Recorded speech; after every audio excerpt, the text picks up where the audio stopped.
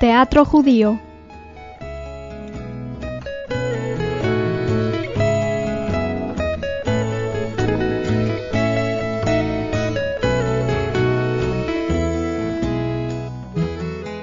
Pero sin embargo, en los mismos años en que nace el teatro judío en Yiddish en Rumania, en Salónica también se comienzan a dar manifestaciones interesantísimas de teatro en ladino.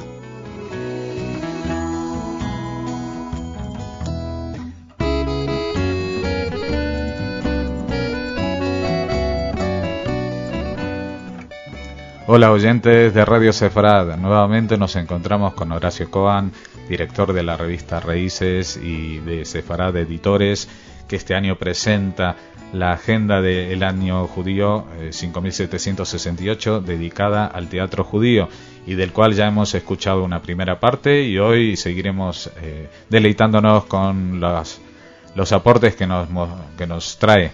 Hola Horacio. Hola, ¿qué tal? ¿Cómo están nuestros queridos oyentes? Espero que muy bien. Espero que bien y que no estén aburridísimos de las cositas que contamos aquí. Esto de internet sabe que es muy voluntario, el que quiere pinche y si no, se corta y ya está. Vamos a seguir hablando de teatro. La vez pasada hicimos una introducción general al teatro judío, dijimos que es un fenómeno que se extendió durante 100 años y que dimos las pautas de sus inicios, especialmente Abraham Goldfaden, pero también teníamos que situarnos para dar una perspectiva también del teatro no ashkenazí, el teatro sefardí. ¿Qué hay de? ¿Hubo un teatro sefardí? Sí, hay otros dos aspectos efectivamente, como cuentas en esta agenda, que son es el teatro sefardí y los judíos en el teatro, que es algo distinto al teatro judío, claro, digamos así. Sí, pero que eso yo creo que va a merecer un programa aparte especial. Seguramente, sí seguramente. Queremos hablar también en esta agenda del teatro sefardí, que no ha tenido las expresiones tan generalizadas, que no son tan conocidas quizá como las que ha tenido el teatro yiddish, porque con los años Nueva York se ha convertido en la gran campana de difusión de este fenómeno. Pero sin embargo, en los mismos años en que nace el teatro judío en Yiddish en Rumania, en Salónica también se comienzan a dar manifestaciones interesantísimas de teatro en ladino. Ajá.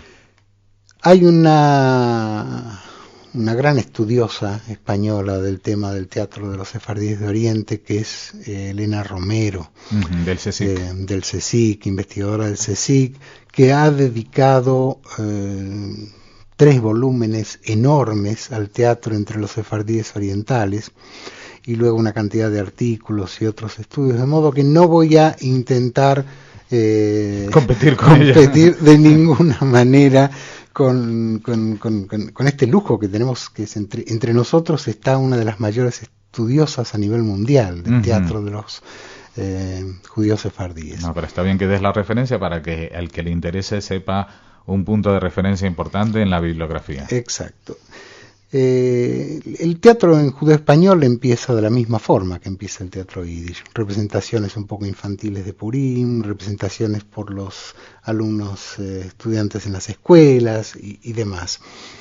Pero en Salónica, hacia el año 1880-1885, empiezan a constituirse compañías que hacen representaciones de modo regular de obras de teatro. ¿Cuál es la diferencia más notable entre el teatro el teatro sefardí que aparece en Salónica con el teatro en Yiddish que aparece en el este de Europa? En el mundo sefardí, por la fuertísima influencia seguramente de la Alianza Israelita Universal, y el considerar el francés como la lengua culta, lengua franca que era el yiddish para los judíos del este de Europa y centro de Europa, lo era el francés para el mundo sefardí, pues casi todas las representaciones, o la mayor parte de las representaciones son traducciones de obras del francés. Molière, por ejemplo, es el gran favorito de estas compañías nacientes en Salónica. Ajá, o sea que, por ejemplo, El enfermo imaginario en ladino, ¿no? En judeo-español, en ladino, exactamente. Y no qué precioso debía ser oírlo. No, pero no solo esto, Resurrección y Ana Karenina de Tolstoy, por ejemplo, son obras que también se representan en judeo-español. Y por supuesto se escribe mucho teatro en judeo-español en estos años. No se conocen no se conocen las vidas en particular de los dramaturgos de entonces. Pareciera que no se tomaron en serio su profesión. No ha habido un intento serio por mantener y conservar mucha de la riqueza de este teatro. Pero bueno, los nombres son muchos, los nombres que intervienen en esto. No solo con obras, como te digo, de Racine o de Molière, sino que David Hassid escribe una obra, Joachim Béjar es uno de los dramaturgos más conocidos en judeo-español, con La familia misteriosa, que es una obra en 4 actos, en poesía, en verso, que tiene un éxito notable en su tiempo y se representa a lo largo de años. La vez pasada, Horacio, tú nos hablaste de unos precedentes que había al teatro judío, no solamente en estas obras de Purim, sino también, por ejemplo, en estos contadores de chistes o cantantes ambulantes de los Brothers Singer. Y yo tengo alguna referencia de que hacia el siglo XVII, en Italia, hubo un pequeño remanso en el norte de Italia, en Mantua, donde los judíos consiguieron, justo en la época del nacimiento de la ópera también hicieron algún experimento. Esos eran judíos también sefardíes, pero de italianos. Sí, eran judíos italianos. En realidad, sabes que los italianos no son ni sefardíes, ni ashkenazíes, ni orientales, son judíos italianos. Italianos, exacto. Ellos remontan sus orígenes antes de Jesús. Vienen directamente desde la destrucción del templo, se vinieron directo a Roma, no pasaron ni por ninguna otra parte. Exacto, el hecho de que luego de la expulsión de España muchos judíos de la península emigraran a Italia provoca una cierta confusión al respecto, pero hay un judaísmo autóctono en Italia que es el de los italianos. Y eso, yo tenía entendido, porque también hicimos algún artículo sobre un compositor, Salomone Rossi, y junto con él había un coreógrafo, Pesaro, y otro que era dramaturgo y gente de teatro. Lo que pasa que creo que las representaciones las hacían en italiano. Sí, se hacía en italiano. Para la gente del gueto. Bueno, los judíos italianos nunca tuvieron otra lengua que el italiano. Esto es importante destacar. Luego sí, efectivamente participaron en el nacimiento de lo que luego fue la ópera, tal como hoy conocemos, y hubo una serie de nombres judíos interesantes. Lo que pasa es que esto se escapa de la etapa, del periodo que he querido considerar. Esto es bastante anterior. Se escapa también del concepto de teatro judío, porque ni la temática, ni el lenguaje, ni nada tenía nada de judío. Era simplemente hecha por judíos. Estos son judíos en el teatro, digamos. Esta es la otra categoría. Claro. La otra categoría. Bueno, retomamos entonces, si quieres, el tema del sefaradí o continuamos. Dos temas interesantes quisiera mencionar más sobre el teatro sefardí, que son poco conocidos.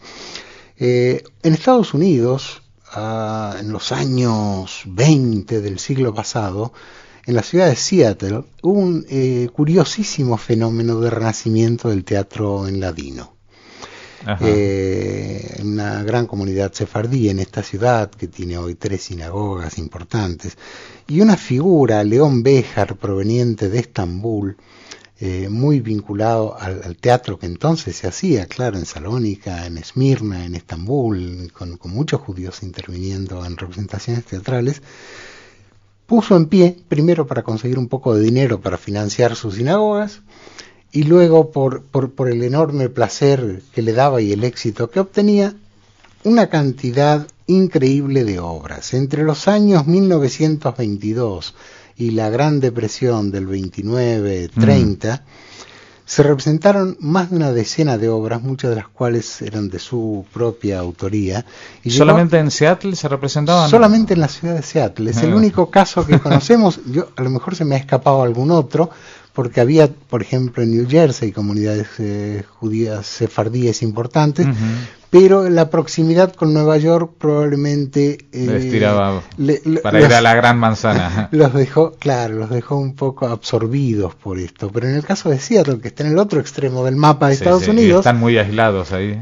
Se han conservado, pese a las giras de compañías judías en Yiddish por todo Estados Unidos. Seattle fue un reducto del teatro sefardí notable en los Estados Unidos durante una década prácticamente. Con la crisis del 30 desapareció, y con la muerte de su gran promotor, León Béjar, no siguió adelante. Pero ha tenido cola el tema, porque en esos años en Nueva York aparece una figura mucho menos conocida todavía que el fenómeno que he mencionado del teatro sefardí en Seattle, que se llama David Belasco. David Belasco fue un dramaturgo importantísimo, fue empresario, fue director de escena, norteamericano. Él nació en la ciudad de San Francisco, ya es la generación de los nativos. En 1853. Ese estuvo en el gran terremoto aquel, cuando se quemó San Francisco. Cuando la fiebre del oro, porque sus padres, judíos sefardíes, originarios de Londres, el padre era clown, por ejemplo, o sea que algo heredó el hijo de esto, se fueron a buscar fortuna, a buscar oro, concretamente a California. Allí nació David, cuando ya era un joven independizado de su familia, terminó por establecerse en Nueva York. En Nueva York logró representar muchas de las obras que había escrito, hizo muchísimo dinero, tuvo un primer teatro, luego tuvo una cadena de teatros por todos los Estados Unidos, muchos que llevaban su propio nombre, eran los teatros Belasco. Mac Velasco. Exactamente, era Belasco. Pero Belasco es una figura entrañable para todos nosotros por una razón en particular, más allá de las enormes aportaciones que hizo el arte teatral, porque él debajo de su sala tenía un taller donde experimentaba con técnicas de iluminación y de sonido que luego vendía a otros productores. Yo leí que las había patentado, que había vendido. Todo, era un innovador y un creador notable en lo que hace a las artes escénicas, pero en especial era un dramaturgo extraordinario. Con sus obras llegaba, con sus obras, en una ocasión en Nueva York representó Madame Butterfly, que es de su autoría, y una obra llamada The Girl of the Golden West, la chica del dorado oeste, que hoy todos conocemos como la Fianchula del West, una ópera de... Y Madama Butterfly, que sigue siendo Madama Butterfly. Pero Rossini las vio en Londres, se enamoró de estas obras y le encargó rápidamente a su libretista, ahora mismo no recuerdo su nombre, que rápidamente preparara un montaje sobre esto. Se puso de acuerdo con David Belasco por el pago de derechos, y así es como tenemos, creo que esta misma semana o la que viene, en el Teatro Real de Madrid, una representación de Madame Butterfly. Que todos se dicen de Giacomo Puccini, bueno, pero en realidad, claro, pero el libreto... Su libreto, la historia original, que es una obra teatral, Madame Butterfly, es de David Belasco. O sea que tenemos un judío describiendo a la tierra de los indios vendida a los italianos para hacer ópera. Y un judío sefardí de padres londinenses. Si queremos algo más exótico, no hay. La verdad que estas historias son fantásticas, y vamos a encontrar alguna frasecita más para ir cerrando este tema del teatro sefaradí, antes de convocar a los oyentes a una tercera cita. De acuerdo. Bueno, quiero recordar una figura importante del teatro sefardí, que es Abraham Galante. Abraham Galante, nacido a finales del siglo XIX, muerto en el año 61 del siglo pasado, dejó su huella en el mundo del teatro judío con una obra que se llamó Riño, o El amor salvaje, el amor salvaje. Pero Galante fue una enorme figura en el Imperio Otomano, no solo dentro del mundo judío. Político, historiador, profesor universitario, líder comunitario, periodista. Fue una vida dedicada al estudio del papel de los judíos en su país, en Turquía. Dejó además importantes textos históricos y libros de estudios de los proverbios judeo-españoles y de los romances judeo-españoles, casi un precursor en esta materia, cuando nadie se dedicaba al estudio del romance en judeo-español, que había emigrado con los expulsados de España al Imperio Otomano. Y los refranes, ¿no? Sí, Abraham Galante es una de estas extraordinarias figuras del mundo del teatro sefardí, ya en los tiempos modernos. Estoy hablando de comienzos, casi mediados del siglo pasado, que vale la pena recordar y homenajear. Y con este recuerdo para Abraham Galante, para David Velasco y tantos otros genios y gente que han contribuido al teatro sefaradí, nos despedimos de esta segunda cita con el teatro judío y los convocamos para una tercera ocasión, que también vendrá Horacio a hablarnos del tema. Muchas gracias, Horacio. Adiós, gracias.